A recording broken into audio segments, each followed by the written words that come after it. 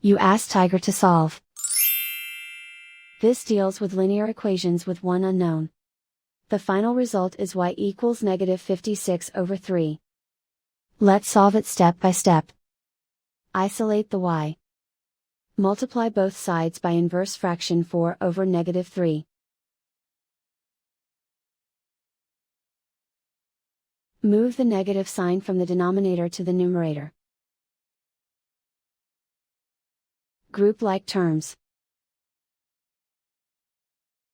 Multiply the coefficients.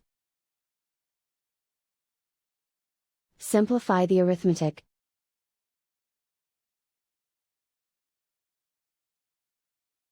Move the negative sign from the denominator to the numerator.